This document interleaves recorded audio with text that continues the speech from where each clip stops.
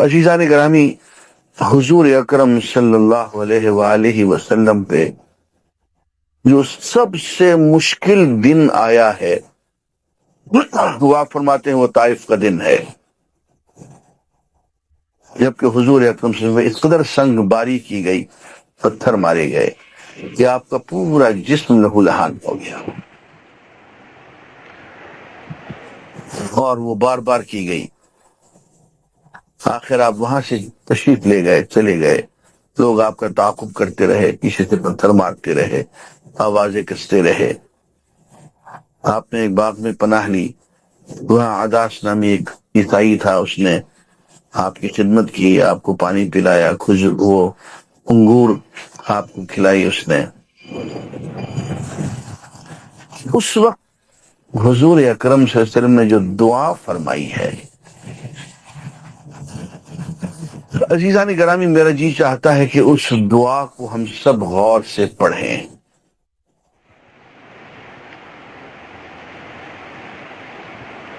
اس کا ایک جملہ یہ ہے،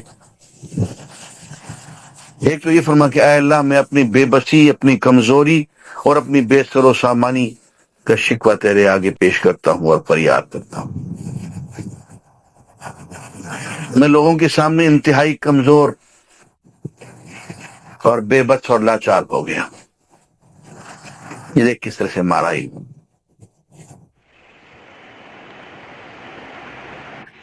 اور اے اللہ، تو مجھے کن لوگوں کے حوالے کر رہا ہے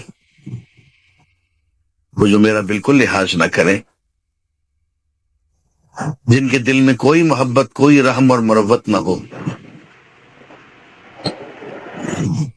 یہ سب کچھ کہنے کے بعد جو اصل جملہ ہے، ذرا اس پہ دھیان دیں۔ لیکن اے اللہ، مجھے بس ایک بات کی فکر ہے کہ اس سب جو کچھ ہو رہا ہے، اس میں کہیں تو مجھ سے ناراض نہ ہو۔ اگر تو راضی ہے تو پھر یہ جو میرے ساتھ ہو رہا ہے یہ سب ٹھیک ہے۔ وَإِن لَمْ تَسْخُطْ عَلَيَّ، اگر تو مجھ پہ ناراض نہیں ہے، فلا ابالی، پھر مجھے کسی چیز کی پرواہ نہیں۔ یہ ہے اللہ کی رضا کا مقام، کہ پورا جسم جو ہے وہ تنگ باری سے زخمی ہے۔ تو زید کہتے ہیں پتہ نہیں چلتا تھا کہ حضور کا پاؤں کہاں ہے اور آپ کا جوتا کہاں ہے اور موزہ کہاں ہے اور جسم ٹانگ کہاں ہے، کہاں سے سب خون ہی خون تھا۔ اس حالت میں فرماتے ہیں کہ اے اللہ، اگر تو راضی ہے تو پھر مجھے کسی چیز کی پرواہ نہیں، پھر سب ٹھیک ہے۔ تو یہ ابتغاء مرضات اللہ، اللہ کی رضا جوئی کے عالم میں زندگی گزارنا۔ میں یہ وہی ہے جس کو علامہ لذت آشنائی کہتے ہیں، پرشوق زندگی کہتے ہیں۔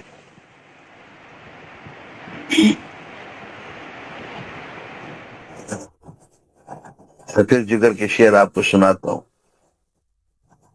کہتے ہیں کیا لطف پوچھتے ہو پرشوق زندگی کے، جی جی اٹھا ہوں مر کے، مر گیا ہوں جی کے، بے حکم عشق مر کے، بے اذن عشق جی کے، کرتے ہیں مقتضائے اوقات زندگی کے۔ جینا ہو تو بے اذن عشق نہ جئیں، اور مرنا ہو تو بے حکم عشق نہ مریں۔ جینا بھی اسی کے راستے میں اور مرنا بھی اسی کے راستے میں۔ تو میں جو ایسی زندگی گزارے تو ہم ان کے لیے بہت اجر تیار کر کے بیٹھے ہوئے ہیں، بہت اجر عظیم عطا فرمائیں گے۔ وَمَن يُشَاقِقِ الرَّسُولَ مِن بَعْدِ مَا تَبَيَّنَ لَهُ الْهُدَىٰ وَيَتَّبِعْ غَيْرَ سَبِيلِ الْمُؤْمِنِينَ نُوَلِّهِ مَا تَوَلَّىٰ وَنُصْلِهِ جَهَنَّمَ، اور وہ جو حضور اکرم صلی اللہ علیہ وآلہ وسلم کی مخالفت پہ ڈٹ جائے، اس پہ کمر بستہ ہو جائے اور حالانکہ حق واضح ہو چکا. وَيَتَّبِعْ غَيْرَ سَبِيلِ الْمُؤْمِنِينَ، اور جو مؤمنین کی زندگی گزارنے کی راہ ہے اس کو نہیں اختیار کرتا، نئے راستے ڈھونڈتا ہے. نُوَلِّهِ مَا تَوَلَّىٰ، جس طرف وہ پھرتا ہے اسی طرف ہم اس کو پھیر دیں گے. ٹھیک ہے، سبیل المؤمنین ہے عام مومنین کی زندگی گزارنے کا طریقہ، یہی صراط مستقیم ہے. اور ایک راستہ وہ ہے جو عام مسلمانوں کی زندگی سے ہٹا ہوا ہے.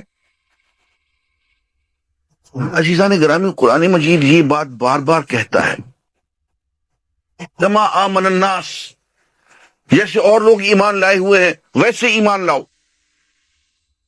جو مومنین کے زندگی گزارنے کا طریقہ ہے وہی گزارو. امام مالک رحمۃ اللہ علیہ کہتے ہیں کہ اس آیت سے پتہ چلتا ہے کہ اللہ نے مسلمان معاشرے کی اجتماعی حالت کو اپروو کیا. اجماع امت کے حق میں یہ ایک زوردار دلیل ہے. اور حضور نے بھی فرمایا کہ لا تجتمع امتی علی الضلال، میری امت کبھی گمراہی پہ اکٹھی نہیں ہوگی.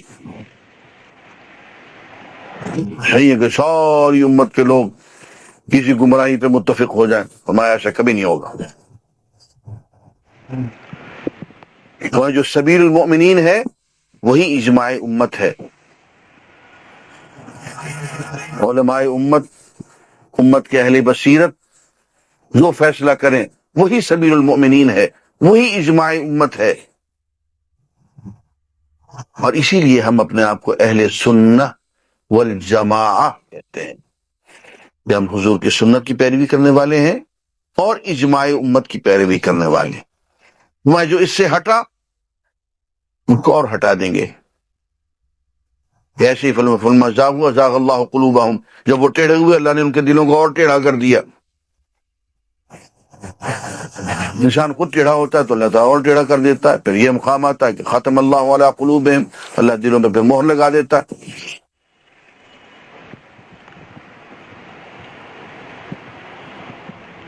وَنُصْلِهِ جہنم، اور اس کو ہم جہنم کی میں جھونک دیں گے. وَسَاءَتْ مَصِيرًا، اور وہ بہت ہی برا ٹھکانہ ہے. عزیزان گرامی، اس کے بعد جو آیت آ رہی ہے وہ بہت محترم بشان آیت ہے. اس کا صرف ترجمہ کر دیتا ہوں، تفسیر انشاءاللہ آئندہ کروں گا، اور اس کی تفسیر میں انشاءاللہ وقت لگے گا. ان اللہ لا یغفر ان یشرک بہ ویغفر ما دون ذلک لمن یشاء ومن یشرک باللہ فقد ضل ضلالا بعیدا. اللہ کے ہاں بس شرک ہی کی بخشش نہیں ہے. ایک گناہ ہے شرک، جس کے بارے میں اس نے کہا ہے کہ یہ تو معاف ہو ہی نہیں سکتا، اور اس کے علاوہ اللہ تعالیٰ سب کچھ معاف کر سکتے ہیں جسے بھی چاہیں. اور جس نے اللہ کے ساتھ کسی کو شریک ٹھہرایا تو وہ گمراہی میں بہت دور نکل گیا. وآخر دعوانا الحمدللہ رب العالمین.